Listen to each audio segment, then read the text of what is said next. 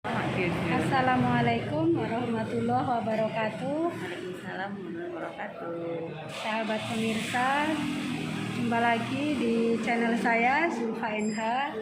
Kali ini saya bersama sahabat saya, teman kantor, sahabat main, berpetualang, dan berseminar ya.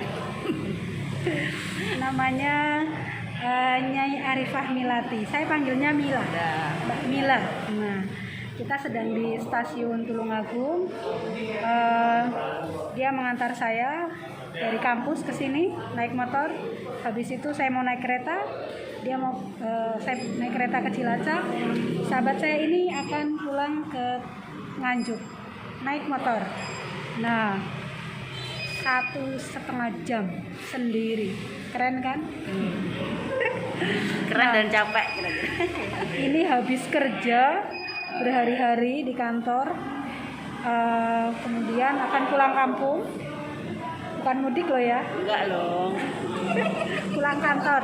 Pulang kantor ini ceritanya. Naik motor. Padahal kita tahu sedang puasa. Nah, ini menariknya. Saya ingin tahu sahabat saya ini yang strong ini bisa sestrong itu kerja berhari-hari, belum lagi online Zoom ngaji sama seminar-seminar tadi. Itu sekarang mau menempuh perjalanan naik motor. Nah, tentu butuh tenaga yang luar biasa padahal sedang puasa menahan haus dan lapar. Nah, saya ingin tahu kalau secara nutrisi, saya udah tahu karena tadi malam sahur bersama, makannya ayam geprek. Nah, sama lah ya. Sekarang saya mau tanya nutrisi rohaninya.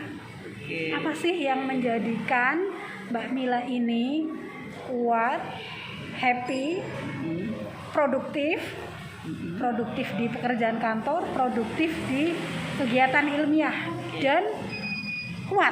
Nah, ini menarik sekali. Mari Buat kita simak. Beda tipis tapi. Ya, mari kita simak. Oke. Halo sahabat Mbak Zulfa semuanya. Saya Arifah akan bercerita sedikit tentang pertanyaan Mbak Zulfa tadi tentang apa sih tipsnya gitu.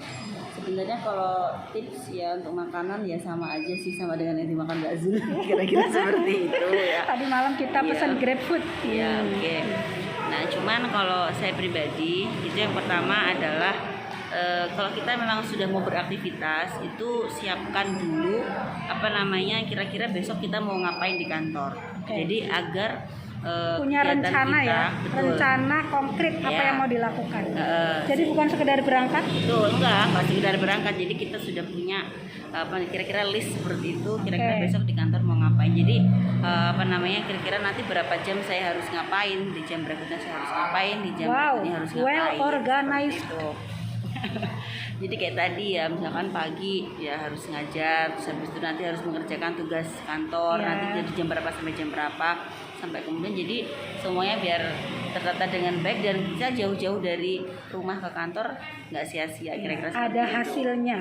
Betul. Ada produk layanan. Nah, karena kita tugasnya melayani mahasiswa, maka produknya ya layanan. Betul. Ada layanan pengajaran, ada layanan administrasi. Betul. Nah, ini yang paling Membuat kita agak berpikir keras ya, kira-kira seperti itu. Ya, karena agak-agak di luar passion, tapi karena sudah jadi tanggung jawab tetap kita lakukan. Betul. Jadi kita harus bagaimana caranya untuk bisa menyelesaikan tugas tersebut. Kira-kira Tertekan nggak? Tersiksa nggak secara batin? kalau ngomong masalah tertekan sebenarnya siapa sih yang nggak tertekan gitu, artinya harus banyak sekali tugas gitu. Cuman kembali lagi ke tujuan awal bahwa ini adalah tugas kita sebagai pelayan masyarakat atau aparatur sipil negara gitu kan. Maka ini memang karena tanggung jawab ya kita harus lakukan seperti itu. Awalnya memang harus memang agak ada terpaksa begitu, cuman harus kita kembalikan lagi bahwa niat kita itu kembali ke tujuan awal. Ya, bahkan mungkin kalau kita tidak melakukan beban ya di hati. Betul. Karena kita digaji. Betul. Itu yang menurut saya juga membuat lebih ringan melakukan pekerjaan, walaupun secara hitungan fisik itu berat, menjadi ringan di hati karena kita menghalalkan Ya, ya, itu seperti penting sekali ya. Jadi kalau nggak dilakukan kita masih kayak ada tanggung jawab yang Ya. tertinggal. Jangan-jangan rezeki kita subhat ya. Nah, kira-kira gitu. Iya. Karena nggak jelas. Gajinya jelas, produknya tidak Produknya jelas. tidak jelas. Ya. Itu yang mengerikan. Kata para ulama, halal itu jelas, haram itu jelas, subhat itu nggak jelas. Nah, makanya jadi yang halal itu bayinun ya, wal haramu juga bayinun. Wa subhatun. Wa ma bainahuma umurun mustabihat. Jadi sesuatu yang diantara keduanya itu adalah subhat, kira-kira begitu. Jadi yang jelas-jelas saja ya. Oke.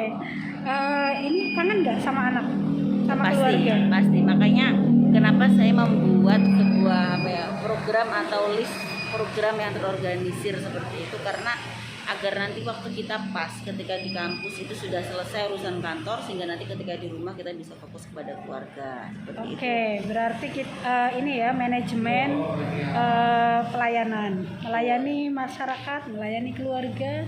Nah, pertanyaannya lagi, ini kan bulan puasa, bulan dimana begitu banyak pahala dijanjikan untuk ibadah-ibadah kita, bagi yang mau beribadah maksudnya. Oke. Nah, pertanyaan saya, Mbak Mila ini kan di rumah pengasuh pesantren, kemudian pasti ada jadwal ngaji. Nah, sempat nggak misalnya ibadah mahdoh yang untuk diri sendiri berlipat ganda, misalnya baca Al-Quran 1 hari 1 juz, atau sholat yang banyak sekali rakaatnya. Nah, Kira-kira gitu ya. Iya. Surganya mau di diri Barok. sendiri. Nah, gimana ini konsep pengumpulan? Nah, ini kan ada orang mengatakan masanya menabung pahala. Nah, saya ingin tahu ini apa sih yang dipikirkan Mbak Mila tentang bulan Ramadan ini yang dikatakan sebagai bulan mulia. Apa konsep pengisiannya ya? Kalau konsep pengisian, jadi kalau bagi saya sih, saya melihatnya begini, bahwa pahala itu kan dari berbagai macam. Ya. Bahkan Tuhan juga memberikan janji atau bahkan memberikan reward kepada hamba itu kan melalui berbagai cara dan berbagai bentuk yang berbeda. Ya. Nah, seperti misalkan saja gini, kita melihat Tuhan itu membuat menyiapkan berbagai macam pintu untuk menuju kepada surga. Itu pintu untuk orang yang rajin sholat duha misalnya, Ya. atau rajin untuk membaca Quran, terus untuk memberikan pelayanan kepada masyarakat, untuk orang yang bekerja untuk keluarga. Jadi saya kira bentuk ibadah itu sebenarnya banyak sekali. Nah, untuk membaca Quran ya pasti kita harus lah ya, maksudnya kita memberikan memanage waktu, kembali kepada memanage waktu untuk membaca Quran. Akan tetapi tidak kemudian ibadahnya terus kemudian kita membaca Quran tetapi mengajar mahasiswa jadi tanggung jawab kita Dilewatkan. Itu justru menurut saya Mungkin ngejar 5 juz sehari. Betul. Kemudian pekerjaan mengajar dilewatkan. betul. Nah, itu bisa nggak kayak gitu dianggap sebagai pengumpulan pemanfaatan waktu Ramadan, mumpung Ramadan. Ya. Nah, Kalau bagi saya gini, ya kata-kata mumpung itu bagi saya gini, ibadah kenapa harus aji mumpung gitu. Ya. Jadi saya ya setiap waktu, setiap saat kalau bisa ya kita niatkan saja untuk itu adalah memang mencari ridho Tuhan gitu aja. Ya. Jadi artinya kalau sekarang kita Ramadan sebagai dosen misalkan Ya. gitu kan. Bagi saya kita membuat sebuah karya ilmiah, terus kemudian kita mengajar, membimbing mahasiswa dan lain-lainnya, itu juga bagian dari ibadah seperti itu. Artinya itu bisa melengkapi dengan ibadah-ibadah mahdoh yang lainnya. oke. Justru kalau misalkan itu ditinggalkan, bahkan kita harus mengejar misalkan ngaji 5 juz 1 hari gitu ya, tapi justru malah mahasiswa kita ada nggak lulus sekarang kita tinggal terus Ya, dengan bimbingan. nggak membimbing. Betul. Justru itu kita adalah melakukan tindakan yang tidak seharusnya atau dolim kepada pihak yang lain.